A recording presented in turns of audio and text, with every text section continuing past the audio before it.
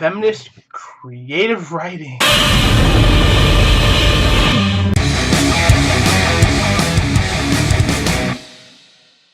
What's up, internet? My name's Dan, and you're watching my vlog. So, I was introduced to some concept recently.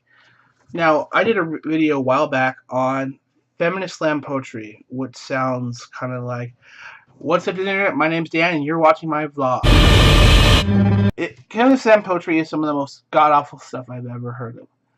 But what I didn't know is it would lead me to a realm of darkness and crazy stuff that I was not prepared for.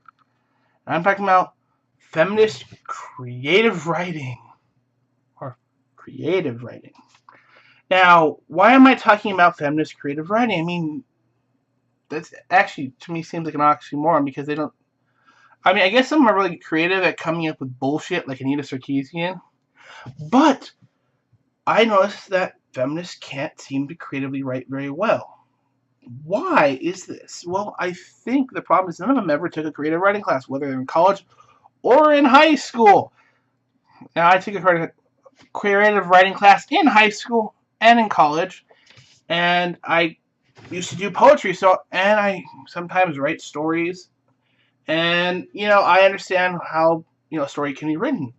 Problem is, I don't think feminists have. I think what happened is they all went and got their social sciences degree and just took the English 101, which may be called college level English if you're at a university, but they didn't take anything to make their minds expand and think in creative ways.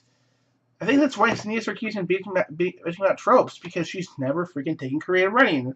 Like that, some tropes are necessary for writing in stories. Yes, Sarkeesian. They are important. They sometimes are overused, but they're important.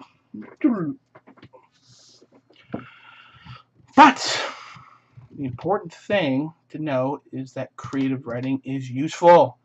Now, Miss Sarkeesian and about don't seem to understand creative writing.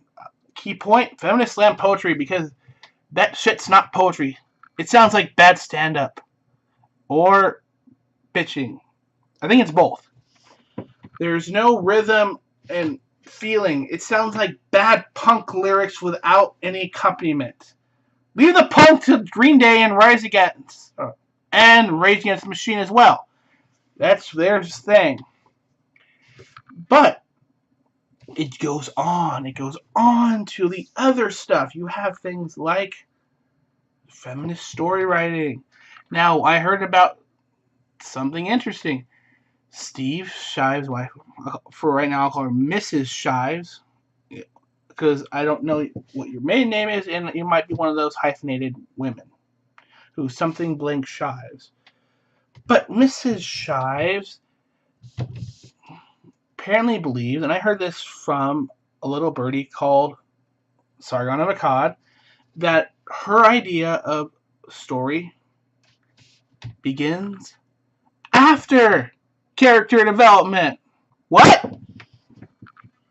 And not even like Quentin Tarantino, Quentin Nudie, where you start in the middle and then you go back and you explain stuff that way. I mean, that's an interesting thing. Although you need to stop relying on that. No, the story completely starts and ends after the character development. And the story would be a white guy and a black guy holding hands, talking about how great the racism is gone from the world and there's no growth. Oh yeah, and the white guy used to be racist, but now he's not. I would like to see where that comes from, please. What you don't clearly understand is people like to hear how things go, from starting in the beginning to a conflict or, some sort of thing to the end. Conflict is essential to story development. It doesn't necessarily be like, sword or, fighting conflict, but it can be personal growth and conflict. That's an essential part of story writing, which you don't seem to understand. Because if you just see how the guy is at the end, I want to know why he was racist from the beginning. How this black guy helped change his mind. I mean, maybe was his dad, a was it like American History X? You had a guy whose dad was kind of like very like conservative, and then he gets angry because he's a firefighter. His dad gets killed by a black guy who he's trying to save. Then he becomes a neo-Nazi, and then he realizes, well, fuck, the neo-Nazis never did anything for me. I'm gonna get rid of that and change my life.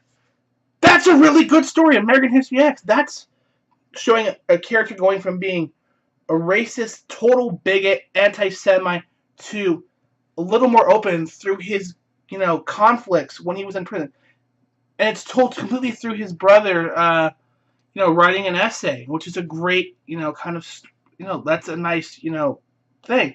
But no, you just want to see Edward Norton going, I learned that racism's bad. That's not a good story. And you extend that to when you're trying to take over things like the video game industry, which, despite the fact you guys like to dispute, is not a homogenous thing. I think just pointed out is that there is something for everyone in there. You have your RTSs, for those real-time strategy. You have your turn-based. You have your first-person shooters. You have your RPGs. You have your more traditional Japanese RPGs. You have your mobile games. You have your puzzles. You have, pick your own adventure. Everything. It's very. I mean, hell, you have things coming from Japan. You have like ecchi hentai games, which I've never played, but I've heard about. Don't give me that look. I didn't. I swear. I probably have. Anywho, the problem I'm seeing with it is I've heard that feminists try to make games like you're a depressed guy and you feel like that's not an interesting story. I'd like to have the story. You have a character who's dealing with depression, or maybe you're a character who you meet someone and you help them get over it. That would be a cool story. That'd be character. You get to watch them grow. You see character growth. You help someone. That would be an interesting story. It may not be a great game, but it would have development. Meeting someone who's depressed, helping it over. Maybe they become suicidal, and you help talk them over, and you help them realize that life is great. That's, a story. Many people can relate to that. Being the guy who has your depressed friend. Or maybe being the depressed guy who is helped out. I've heard stories about that. People who are going to commit suicide and they find out that people actually care about them. That's a great story. That's a decent story. That's relatable. Not, I'm depressed or being Christian. People, see, what feminists understand is many people like to rise above. They like to succeed. We like to be the guy who comes from nothing or comes from a bad place and then, rises. That's why, for instance, in the new Star Wars, Finn is an interesting character. He comes from being on the enemy side and getting a consciousness and running and still running, and then realizing that there's something to fight for. A friend he wants to fight for. That's character. You watch him go from being cowardice to more courageous. That's character growth. And I know gaming can be very simple. Some of the gaming stories can be very simple. I mean, you could have something like Mario, that's kind of your bare bones story. You have a guy who finds out the princess has been captured by Bowser, who is some sort of turtle, lion, horn thing, and that he goes and rescue her by going through several areas to save her. It's fairly basic, and I know Mr. Keaton getting a bit extra family distress. That's, you know what? It's a fairly common thing because it works. If it ain't broke, don't fix it. And then you go to the more complicated stuff. You have stuff like Halo. I know I'm showing my fans boyness, but Halo, for instance, is a very complicated story. You have a whole lore behind it. And I know initially you have a very stale character or stagnant character with the Master Chief, just running around shooting, but you begin learning about the world. And then in the second one, you introduce Self-Dam or the Arbiter, who starts out as a very religious zealot who begins questioning his faith after he sees the way of the world. He watches a guy who basically who he used to consider a friend, but used to say, our prophets are lying. Then he gets betrayed by said prophets. And then he's given the truth, and he begins to digest it and realize he's been lied to. And then he wants to get revenge. That's great character. And that happened in a quarter game. Yeah. So it happened through the second game, and then a little bit more.